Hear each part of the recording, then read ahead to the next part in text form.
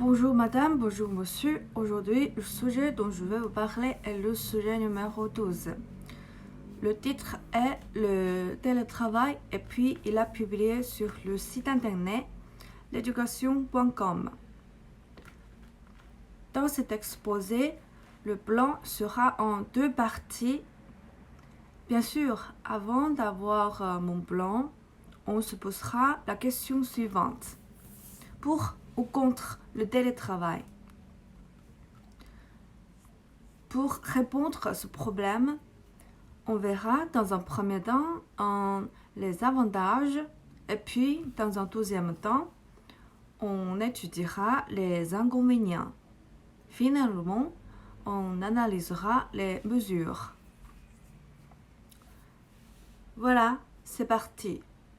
Tout d'abord, pour les avantages, à mon point de vue, l'avantage le plus significatif est l'économie de temps et d'argent. Comme nous avons dit, le télétravail désigne une organisation qui permet les salariés d'exercer leur activité en dehors les locaux professionnels. C'est-à-dire les employés travaillent chez soi, mais pas dans leur entreprise. En pratiquant ce mode de travail, on peut s'apercevoir ce mode de travail est pratique et commode. Donc, en supprimant les trajets au bureau, le télétravail permet d'économiser le temps et l'argent. De plus, l'autre avantage peut être l'environnement confortable. Il faut dire que l'environnement de travail à distance peut être un meilleur environnement que le mode du travail traditionnel.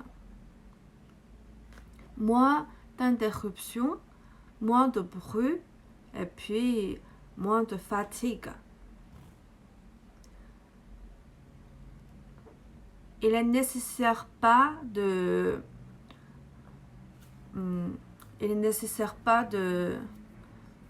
faire beaucoup de choses inutiles.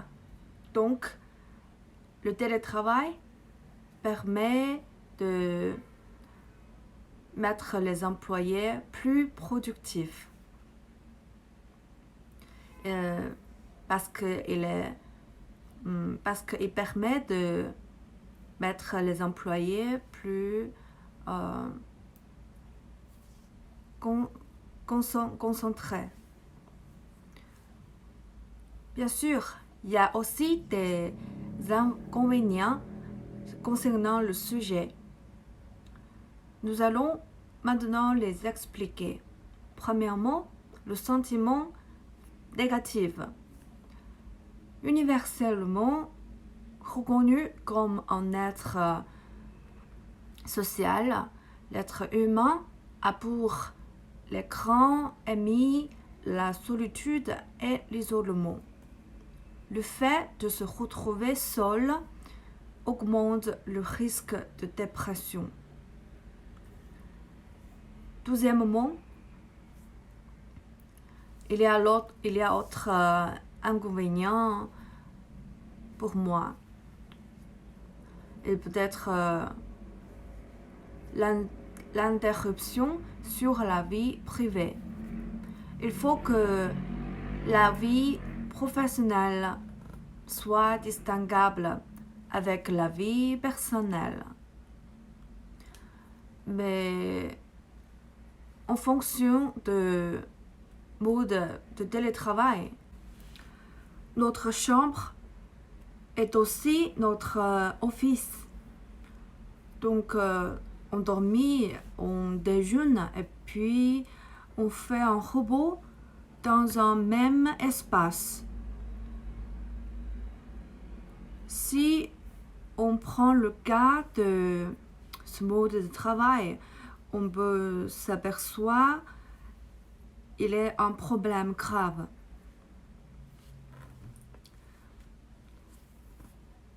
Pour démontrer cette opinion, on peut prendre l'exemple de existence incertaine.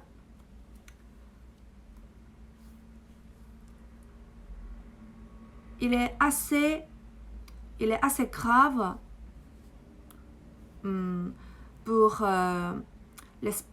pour le petit espace, mais il y a une chose plus essentielle, c'est-à-dire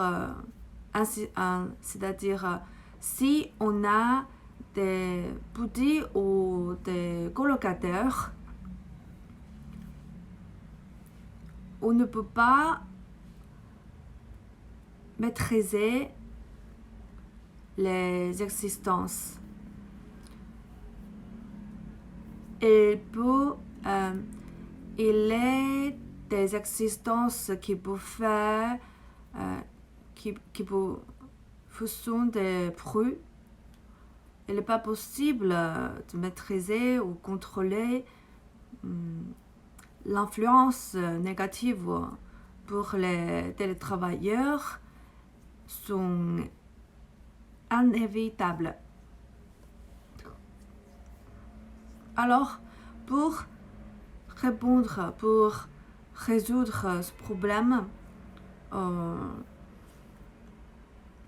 on parlera les mesures maintenant. Pour les mesures, je pense que il est favorable de mettre une barrière entre la vie personnelle et la vie professionnelle. Par exemple, on doit mettre en chambre juste pour les spécialités. Et puis, bien sûr, l'autre personne